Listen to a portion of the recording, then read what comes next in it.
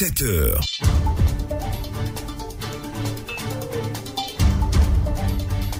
Bonjour et bienvenue sur Radio Côte d'Ivoire. Vous suivez à cette dernière heure de la grande matinale week-end, le deuxième journal de cette matinée constitué de l'actualité sportive et des magazines de la rédaction tels que Plus loin avec et Tic et Tech. Bien avant toutes ces articulations, voici pour vous les grands titres de ce journal. Bonjour Astassi Dibé. Bonjour Abaye Touré.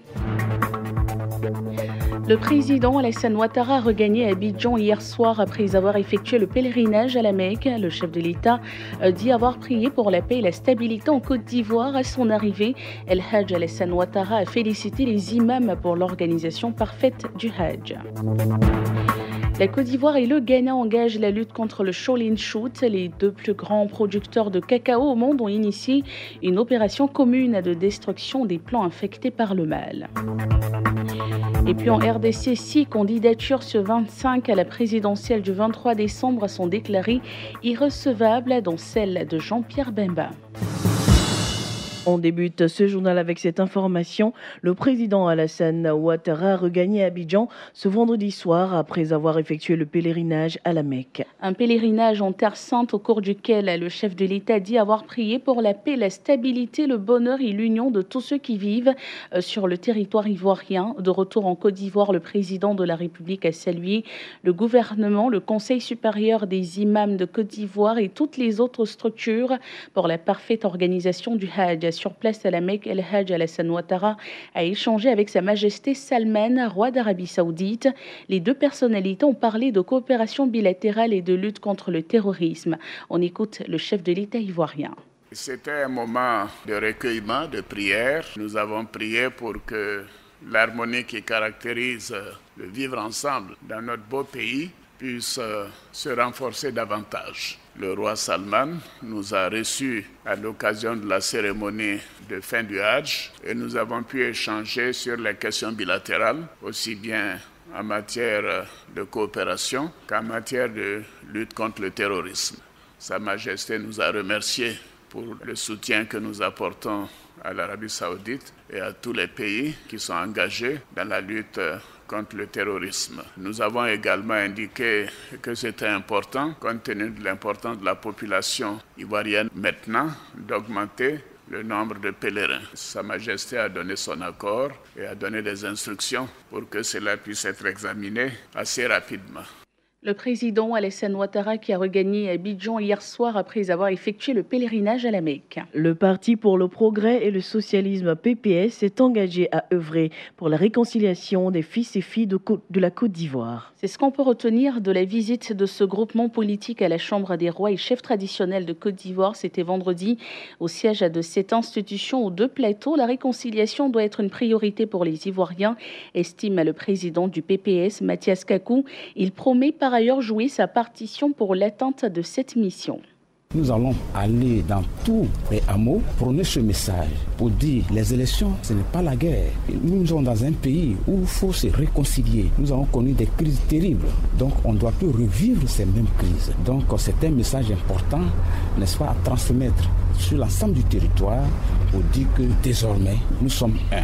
Nous allons vers un pays, une nation, et nous voulons que vraiment tous les Ivoiriens se réconcilient. Et je voudrais ajouter pour dire que certainement, avec la libération de Mme Gbagbo, c'est booster cette réconciliation. Et nous devons encore dire merci à Sa Majesté et à ses collaborateurs, certainement, qui ont dû peser de sorte que ça soit une réalité. Il y aura des Ivoiriens qui veulent la paix pour avancer et pour construire les pays.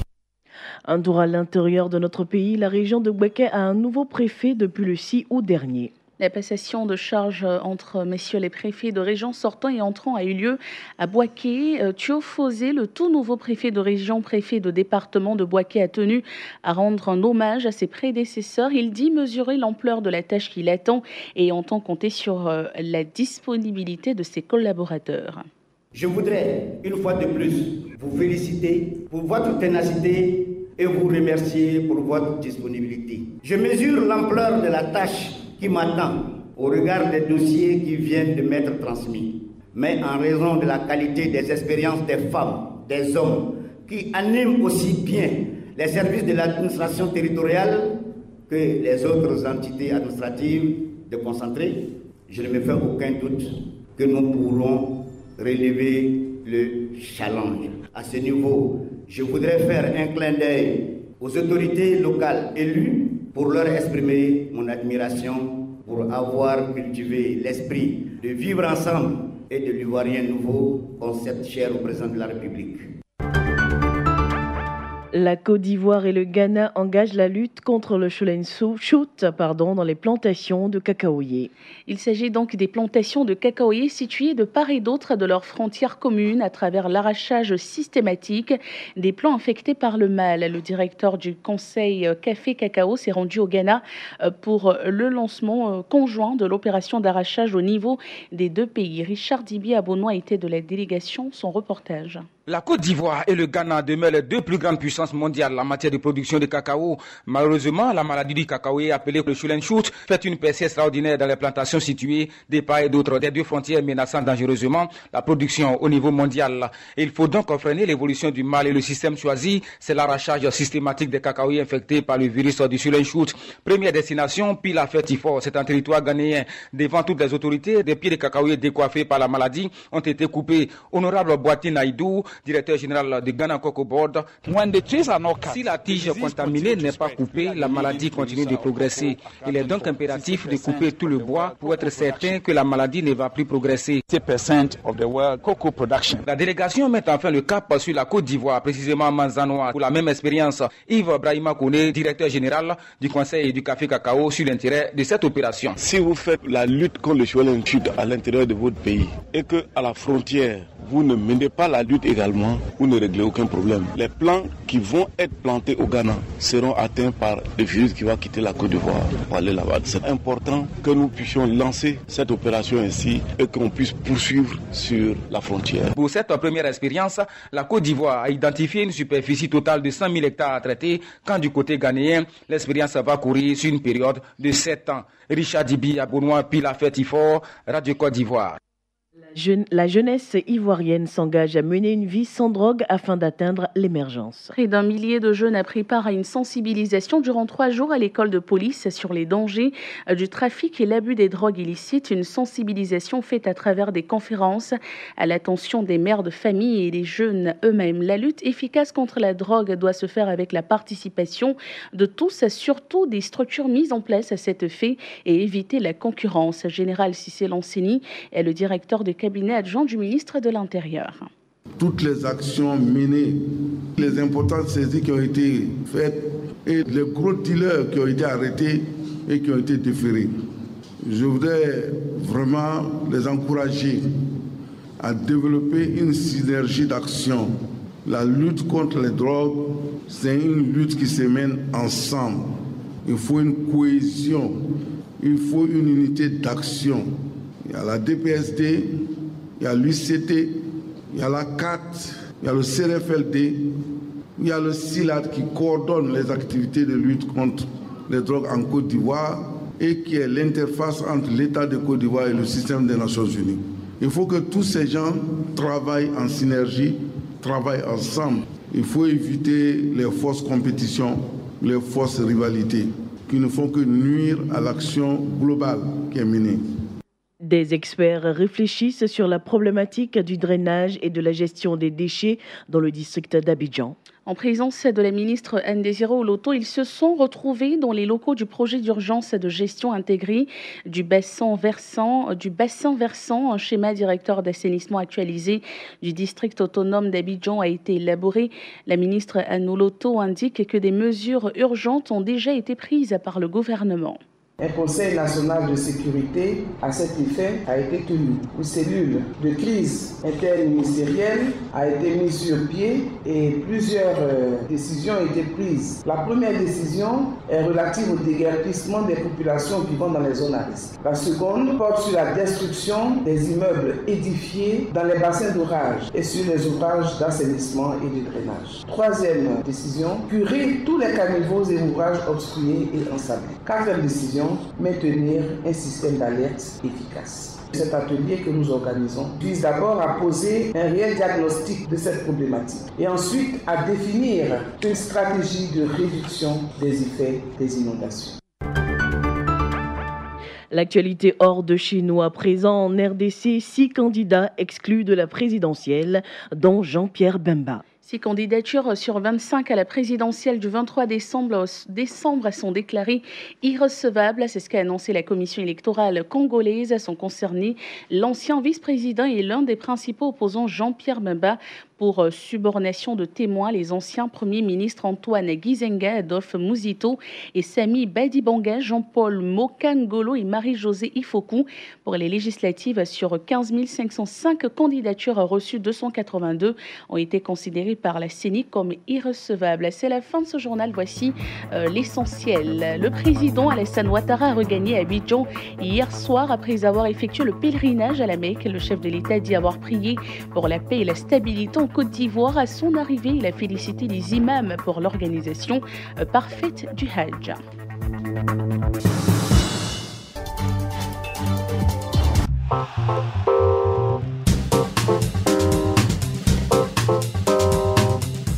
Le retour de l'actualité sur Radio Côte d'Ivoire et c'est avec Brice Kouassi. Bonjour Brice. Encore bonjour à Touré. Nous débutons ce troisième journal des sports avec cette information athlétisme. Après 48 heures passées en terre ivoirienne, le président de la Confédération africaine quitte Abidjan ce samedi. Et lui, le Camerounais Ahmad Kalkaba a eu une journée marathon hier, visite du stade Félix Ouani. Lui est devant abrité bien sûr les championnats d'Afrique des Jeunes en 2019. Échange avec le patron de l'athlétisme ivoirien pour parler de la progression de cette discipline majeure ici en Côte d'Ivoire. Enfin, il a eu une séance de travail avec le ministre des Sports et son directeur de cabinet, Ala Yao, qui a confirmé que la Côte d'Ivoire sera fin prête pour l'organisation de cette fête des jeunes athlètes africains. Heureux et satisfait de cet accord et de cet engagement de l'État ivoirien, le patron de l'athlétisme africain a traduit sa reconnaissance au micro de nos stagiaires, bien sûr, Roméo Koulibaly. On écoute le président de la Confédération africaine d'athlétisme, Ahmad Kalkaba. En accompagnement de ces événements, nous allons organiser le congrès électif de la Confédération africaine d'athlétisme pour renouveler les organes dirigeants. Qu'est-ce que j'attends de la Côte d'Ivoire? J'attends ce que la Côte d'Ivoire sait déjà faire, le succès de l'événement.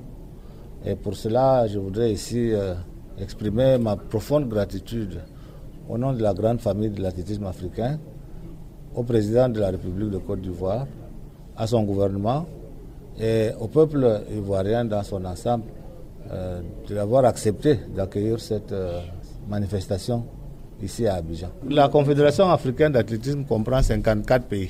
Récemment, à Saba, il y en avait 52. Et notre souhait, c'est que les 54 soient à Abidjan. Ahmad Kalkaba, le patron de l'athlétisme ivoirien, qui quitte d'ailleurs Abidjan ce samedi. Du handball à présent, Brice, début demain du championnat sous-régional des jeunes. Oui, le championnat sous-régional, la partie donc de demain, l'attraction sera à Yamoussoukro avec donc le championnat de la zone 2. 5 pays concernés, le Bénin, le Nigeria, la Guinée-Conakry, la Sierra Leone et la Côte d'Ivoire évidemment. Top départ, vous l'avez demain avec un match d'ouverture de ce tournoi du handball des jeunes. On aura donc demain dimanche Côte d'Ivoire, Guinée et Bénin, Nigeria. Un événement à vivre et à suivre sur Radio Côte d'Ivoire avec notre envoyé spécial du côté de Yamoussoukro, Fernand Kouakou. Et puis au niveau du basket, l'Afro-Basket de moins de 20 ans à Bamako. Top départ hier de la compétition, 12 nations également en attraction. Hier en match d'ouverture, le Mali sans pitié pour la Guinée-Conakry, 5-41 à 49. Victoire de la RD Congo face à l'Ouganda, 83-51. Et puis l'Égypte étrie la Libye, 115 à 38 à suivre l'entrée en liste des éléphantaux. En soirée, ça sera face à l'Algérie, les Ivoiriens qui arrivent aujourd'hui même du côté de Bamako. Du football au plan local avec la Super D3 et le classement de la CAF au niveau des clubs. Et la Super D3, c'est pour refermer définitivement la saison 2017-2018. 4 clubs pour 3 places en Ligue 2. L'an prochain, 3 journées est prévu du 30 août au 5 septembre au Parc des Sports et au Stade Robert Champrou de Makori. Les clubs sont situés. Le programme des premières rencontres est connu. On aura Renaissance d'Aboissou, Angélique de Mans, Mouna FC face à Espérance de Boaké. Interrogé, le président Deoulé Omer, président de la Ligue amateur, parle de la délocalisation de la Super D3 à Abidjan cette année 2018. La Super D3 est devenue un événement en Côte d'Ivoire. Et vu les appels, vu les contacts que j'ai eus à droite et à gauche, on ne peut plus faire de l'approximation. On devait le faire à Yamoussoukro. Mais des circonstances ont fait qu'on ne peut plus le faire à Yamoussoukro, ne serait-ce que pour des difficultés locales. Je ne vous cache pas, les contacts que nous avons pris localement ne nous ont pas satisfaits. Parce que ça, c'est important. Les clubs vont migrer à Yamoussoukro avec au moins un effectif de 30 personnes par club. Et tout cela, ça nécessite qu'il y ait une organisation parfaite. Autre élément, c'est par rapport aux infrastructures, il y avait eu des petits soucis. Donc, l'un dans l'autre, dans toutes ces recherches, on a cherché un palliatif. En dehors de Yamoussoukro, chemin faisant, on s'est rendu compte qu'en Côte d'Ivoire, c'était un peu difficile de pouvoir avoir le cadre où on pouvait mettre toutes ces équipes avec des communautés pour les permettre. Alors on a dit, bon, écoutez, le temps avance. Cette année, on sacrifie. Pourquoi pas Abidjan pour une fois? Nous avons tenté cette expérience. Mais cela ne nous empêche pas de repenser pour l'année prochaine à l'intérieur. Donc la Super D3 est prévue donc à partir du jeudi prochain. Parlant de la Division 3, la fête ce samedi à Tiguaco avec le jeu Donko FFC, fin de tournoi de détection en Ligue 1, l'heure est au bilan et à la préparation de la prochaine saison qui démarre le 1er septembre avec l'affiche de la Super Coupe ASEC Mimosa Stade d'Abidjan. L'ASEC qui d'ailleurs sera en assemblée générale rejoignée à la Bourse du Travail va échanger demain avec les actionnaires situés les futurs défis du club jaune et noir. Et puis parlant des clubs, retour sur le classement de la Confédération des meilleurs clubs africains, publié par donc, le site de la CAF. Le top 10 dominé par le Maghreb, Al Ahly d'Égypte en tête, suivi du tout puissant Mazembe. L'Espérance de Tunis est classé 3e, le Zamalek d'Égypte 6e, l'ASEC Mimosa, premier club ivoirien, classé 7e meilleur club africain, le WAC de Casablanca 9e et le Coton Sport de Garoua 10e. Pour les autres clubs ivoiriens classés, le COE Sport de San Pedro est 30e, le Williamsville Athletic Club, jeune club, est dans le top 100, 77e, la Standard 85e et l'Africa Sport d'Abidjan déguerrol occupant la 128e place sur le continent dans ce classement des meilleurs clubs africains. Brice, un tour en Europe pour terminer avec les matchs des grands championnats. Et on va surfer d'abord direction la France. Lyon surfait le moral en disposant de Strasbourg lors de la 3e journée de Strasbourg de Lamine Koné. Victoire donc de Lyon 2-0 avec un but du Burkinabé. Bertrand Traoré qui est de retour en sélection du Burkina. À suivre ce samedi 5 matchs dont Paris Saint-Germain Angers à 15h temps universel. Amiens, Reims et Nîmes. Le premier va défier Toulouse de Mas Gradel qui a eu le renfort du Camerounais Stéphane Mbia du retour de Chine comme Gervinho du côté de Parme. En Allemagne, début hier de la Bundesliga avec la victoire facile de Bayern Munich 3-1 face à Hoffenheim.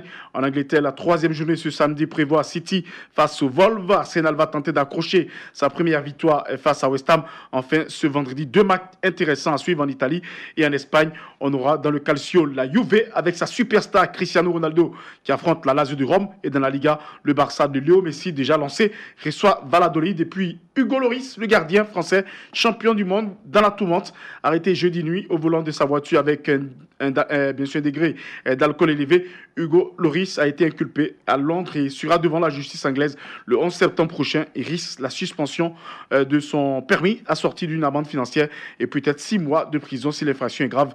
Ce cas Hugo Lloris nous rappelle un peu le feuilleton Yaya Touré qu'on a connu il y a quelques temps. Et puis prochain rendez-vous des sports, ça sera à 15h avec le grand multiplex de Koulibaly Sindou pour le trio gagnant qui reprend au mois de septembre. Nous on se retrouve très bientôt, notamment pour d'autres infos de sport, toujours sur Radio Côte d'Ivoire.